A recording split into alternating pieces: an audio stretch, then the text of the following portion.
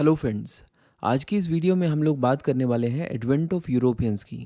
हम लोग देखेंगे कि किस तरह 1498 में वास्को डी गामा एक डायरेक्ट सी रूट को खोजते हुए इंडिया पहुंचा। इस डायरेक्ट सी रूट की डिस्कवरी को एक लैंडमार्क डिस्कवरी के रूप में देखा जाता है और माना जाता है कि यही वो रीज़न था जिसकी वजह से आगे चलकर इंडिया कॉलोनाइज हुआ। तो ये तो हमें समझना ही होगा कि ये डिस्कवरी आखिर हुई कैसे। बट इससे भी पहले हमारे सामने कुछ क्वेश्चंस हैं। क्वेश्चन ये है कि यूरोप से इंडिया जाने का ये एक मात्र रास्ता थोड़ी ना है। यूरोपियन मेडिटेरेनियन सी को क्रॉस करके लैंड रूट के थ्रू भी इंडिया आ सकते थे, और चाहते तो मेडिटेरेनियन सी को क्रॉस करने के बाद रेड सी को क्रॉस करते और फिर अरेबियन सी के थ्रू भी इंडिया आ सकते थे। और आप देख सकते हैं कि ये दोनों ही रूट्स उस रूट से काफ़ी शॉर्ट हैं जिसे 1498 में वास्को डी गामा ने खोजा था।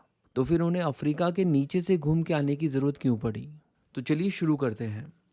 देखिए, सिविलाइजेशन की शुरुआत से ही यूरोप और इंडिया के बीच में ट्रेड की भी शुरुआत हो गई थी, और हमेशा से ही यूरोपियन मार्केट में इंडियन गुड्स की डिमांड काफ़ी ज़्यादा रहती थी।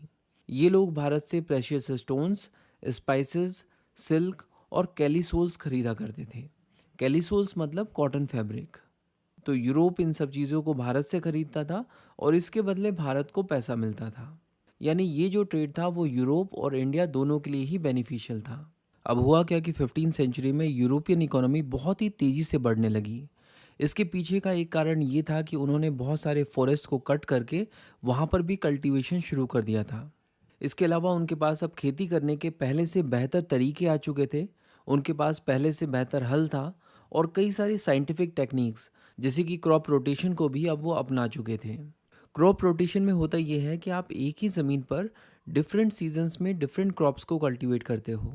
इससे सॉइल की फर्टिलिटी इन्हेंस होती है। कई बार क्रॉप रोटेशन सिस्टम में फोरेज क्रॉप्स जैसे कि लेग्यूम्स और ग्रासेस को भी इंक्लूड कर लिया जाता है। इन फॉरेज क्रॉप्स को कैटल और शीप्स के चारे के रूप में इस्तेमाल किया जाता है, जिससे इन कैटल्स और शीप्स की हेल्थ इंप्रूव होती है और अल्टीमेटली वो नंबर्स में भी ग्रो होते हुए दिखते हैं। तो अल्टीमेटली हम ये कह सकते हैं कि साइंटिफिक रोटेशन ऑफ क्रॉप की वजह से मीट की सप्लाई भी बढ़ती है, और इस मीट को चाहे कुक करना हो या फिर प्रिजर्व करना हो, दोनों ही चीज़ों के लिए स्पाइसेस यानी मसालों की ज़रूरत होती है। तो इस पूरे डिस्कशन से आप इस बात को समझ पा रहे होंगे कि 15 सेंचुरी के यूरोप को पहले से भी ज़्यादा मसालों की ज़रूरत थी, और ये मसाले अवेलेबल थे इंडिया में। और 1450s तक इंडिया के साथ ट्रेड करने के लिए यूरोपियन जनरली दो ट्रेड रूट्स का इस्तेमाल कर रहे थे। ये दोनों ही ट्रेड रूट्स मेडिटेरेनियन सी के साथ कनेक्टेड थे। पहले रूट को आप लैंड रूट कह सकते हैं। ये पास होता था इराक, ईरान और अफ़गानिस्तान से। और दूसरा रूट पास होता था इजिप्ट, उसके बाद रेड सी और उसके बाद अरेबियन सी से। बट प्रॉब्लम ये थी कि जो तुर्की वाला रीजन है, यहाँ पर ऑटोमन तुर्क्स जो थे वो 1450s के बाद बहुत ही ज़्यादा पावरफुल होने लगे। उन्होंने 1453 में कॉन्स्टेंटिनोपल को जीत लिया और इसके बाद वो बहुत तेज़ी से एक्सपेंड करने लगे। और आप देख सकते हैं कि 15 सेंचुरी के एंड होते होते सिचुएशन ये हो गई थी कि ये दोनों ट्रेड रूट्स ऑटोमन तुर्क्स के कंट्रोल में आ चुके थे। और प्रॉब्लम ये थी कि ऑटोमन तुर्क्स और यूरोपियंस के संबंध अच्छे नहीं थे। इनफैक्ट ये एक दूसरे के एनिमीज़ थे। और इसीलिए हम लोग कह सकते हैं कि 1453 यानी वो साल जब ऑटोमन तुर्क्स ने कॉन्स्टेंटिनोपल को जीता, उसके बाद से यूरोप और इंडिया के बीच में जितने भी ट्रेड रूट्स थे वो कट हो चुके थे। और इसीलिए ज़रूरत थी एक ऐसे डायरेक्ट सी रूट की जिसके थ्रू यूरोपियंस इंडिया तक पहुंच सकें। यानी अब अगर यूरोपियंस को इंडिया तक पहुंचना है तो उन्हें अफ्रीकन कॉन्टिनेंट के बिल्कुल नीचे से घूम कर जाना होगा। और ये एक बहुत ही मुश्किल काम था, क्योंकि उस समय तक ये भी नहीं पता था कि अफ्रीकन कॉन्टिनेंट का जो सदर्न मोस्ट पॉइंट है वो कहाँ पर है। तो डेफिनेटली ये काम मुश्किल तो था, लेकिन इम्पॉसिबल नहीं था। उस समय तक पानी के बड़े बड़े जहाज़ बनने शुरू हो चुके थे। इसके अलावा नॉटिकल इंस्ट्रूमेंट्स में भी काफ़ी सारे साइंटिफिक इन्वेंशंस हो चुके थे। कंपास और एस्ट्रोलोब की मदद से नेविगेशन पहले से ज़्यादा सेफ माना जा रहा था। हालांकि ये जो कंपास और एस्ट्रोलोब हैं, इन्हें यूरोपियंस ने इन्वेंट नहीं किया था, लेकिन ये ज़रूर कहा जा सकता है कि लार्ज स्केल मैरीटाइम एक्टिविटीज़ में इनको यूरोपियंस ने बहुत ही अच्छे से यूज़ किया। तो ये जो मिशन है यूरोप से इंडिया तक के डायरेक्ट सी रूट को खोजना, इस मिशन में यूरोप के दो देश लीड कर रहे थे। ये दो देश थे पोर्चुगल और स्पेन। और वो इसलिए क्योंकि नेवल एक्सपीडिशंस में ये दोनों देश यूरोप के बाकी सभी देशों से ज़्यादा वेल इक्विप्ड माने जाते थे। तो इसका मतलब ये हुआ कि इन दोनों देशों के बीच में अब एक तरह का कंपटीशन सा चल रहा था कि यूरोप और इंडिया के बीच में डायरेक्ट सी रूट कौन पहले खोजेगा। और क्योंकि अभी हम लोग बात कर रहे हैं 1450s की, तो ये जो पोर्शन है जहाँ पर हमें वर्ल्ड मैप में नॉर्थ अमेरिका और साउथ अमेरिका दिख रहा है, इसको हम लोग हाइड कर देते हैं, क्योंकि 1450s तक यूरोपियंस को पता ही नहीं था कि इस तरह के दो कॉन्टिनेंट्स एग्जिस्ट भी करते हैं। उनको लगता था कि वर्ल्ड का जो वेस्टर्न मोस्ट पॉइंट है वो है कैनरी आइलैंड्स। कैनरी आइलैंड्स की लोकेशन आप यहाँ पर देख सकते हैं, ये अफ्रीकन कॉन्टिनेंट में है। तो चलिए सबसे पहले बात करते हैं पोर्चुगल की और देखते हैं कि इस सी रूट को ढूंढने के लिए पोर्चुगल ने क्या क्या एफर्ट्स किए। तो जब भी सी रूट को डिस्कवर करने की बात आती है तो तीन पोर्चुगीज़ रूलर्स का नाम ज़रूर लिया जाता है।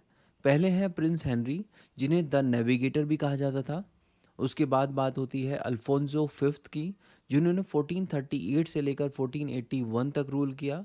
और उनके बाद जो नेक्स्ट पोर्चुगीज़ रूलर थे वो थे जॉन सेकंड, जिन्होंने 1481 से लेकर 1495 तक रूल किया। चलिए सबसे पहले बात करते हैं प्रिंस हेनरी की।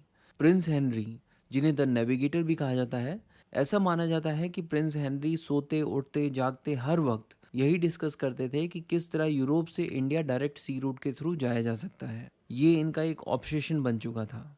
और इस चीज़ को एकम्प्लिश करने के लिए इन्होंने सेलर्स की साइंटिफिक ट्रेनिंग के लिए सेलर्स के लिए पहले मॉडर्न साइंटिफिक इंस्टीट्यूशन को भी इस्टेब्लिश किया था। हर किसी को लगता था कि ये लड़का कुछ करके दिखाएगा, और इसीलिए रोमन कैथोलिक चर्च के chief pontiff Pope Nicholas fifth ने 1453 में प्रिंस हेनरी को पापल बुल ग्रांट कर दिया। ये पापल बुल बेसिकली एक तरह का डिक्री या ऑर्डर था, जिसमें प्रिंस हेनरी को ये राइट दिया गया था कि वो जैसे चाहे वैसे भारत तक का डायरेक्ट सी रूट खोजने की कोशिश कर सकते हैं। प्रिंस हेनरी ने कई सारे पोर्चुगीज़ नेविगेटर्स को स्पॉन्सर किया, उनको पैट्रोनेज दी और उनको हर तरह की मदद प्रोवाइड की ताकि वो किसी भी तरह से अफ्रीकन कॉन्टिनेंट को सरगमवेंट करके भारत तक पहुंच सके। बट इन सब प्रयासों के बावजूद प्रिंस हेनरी के जीते जी कोई भी पोर्चुगीज़ नेविगेटर इक्वेटर तक भी नहीं पहुंच पाया। इक्वेटर को भी वो पहली बार क्रॉस कर पाए अल्फोंसो फिफ्थ के रूल के दौरान, जब 1471 में एक पोर्चुगीज़ नेविगेटर ने फाइनली इक्वेटर को क्रॉस किया। इसके बाद पोर्चुगीज़ के इस मिशन में एक मेजर ब्रेक थ्रू तब आया जब किंग जॉन सेकंड ने, जिन्होंने 1481 से लेकर 1495 तक रूल किया था, उन्होंने ये जिम्मेदारी एक पोर्चुगीज़ नेविगेटर बार्थोलोमी डायस को दी कि वो एटलीस्ट अफ्रीका के वेस्ट कोस्ट के साउथ में जाकर देखें और कोशिश करें अफ्रीका की सदर्न टिप को सरकमवेंट करने की, यानी उसके नीचे से घूम के जाने की कोशिश करके देखें। बार्थोलोमी डायस ने बिल्कुल ऐसा ही किया। वो पोर्चुगल से अपनी शिप्स लेकर निकले, अफ्रीका के वेस्ट कोस्ट तक पहुंचे और उसके बाद सदर्न डायरेक्शन में और आगे बढ़ने लगे। इस समय तक उनको इस बात की बिल्कुल भी जानकारी नहीं थी कि अफ्रीका की सदर्न टिप आखिर है कहाँ। अब हुआ क्या कि वो सदर्न टिप तक अभी पहुंचे भी नहीं थे कि यहाँ पर समुद्री तूफान आ गया और इस तूफान ने उनकी शिप्स को बहाकर मॉसल बे तक पहुंचा दिया। तो मॉसल बे पहुंचने के बाद बार्थोलोमी डायस को ये रियलाइज़ हुआ कि शायद एक्सीडेंटली ही सही, लेकिन उन्होंने अफ्रीका की सदर्न टिप को सरगमवेंट कर लिया है। और उनकी इसी रिटर्न जर्नी में 1487 में खोज हुई केप ऑफ गुड होप की। कहने का मतलब ये कि 1487 में अफ्रीका की सदर्न टिप को खोज लिया गया था और इस जगह का नाम रख दिया गया cape of good hope. Actually Bartholomew Dias ने तो इस जगह का नाम रखा था केप ऑफ स्टॉर्म्स, क्योंकि यही वो जगह थी जहाँ पर समुद्री तूफानों ने उनकी शिप्स को घेर लिया था और यहाँ से आगे बहा दिया था। लेकिन जब ये बात किंग जॉन टू को पता चली तो उन्होंने इस जगह का नाम केप ऑफ स्टॉर्म से बदल कर दिया Cape of good Hope. Cape of good Hope की डिस्कवरी मैरीटाइम एक्सप्लोरेशन में एक बहुत ही क्रूशियल मूवमेंट माना जाता है, क्योंकि इस इवेंट के थ्रू ये डेमोन्स्ट्रेट हो चुका था कि अफ्रीकन कॉन्टिनेंट के नीचे से किस तरह से नेविगेट किया जा सकता है। और हर कोई इस चीज़ को जानता था कि अगर आप एक बार अफ्रीकन कॉन्टिनेंट के नीचे से निकलना सीख गए तो फिर भारत तक पहुंचना ज़्यादा मुश्किल नहीं होगा। तो अब तक हम लोगों ने देखा कि 1487 तक पोर्चुगल ने केप ऑफ गुड होप की डिस्कवरी तो कर ली थी, हालांकि अभी तक वो भारत नहीं पहुंच पाए थे। चलिए एक बार नज़र डालते हैं कि इस विषय में स्पेन क्या कर रहा था, क्योंकि शुरुआत में हम लोगों ने बोला था कि यूरोप से इंडिया तक के डायरेक्ट सी रूट को खोजने के लिए पोर्चुगल और स्पेन दोनों आपस में कॉम्पीट कर रहे थे।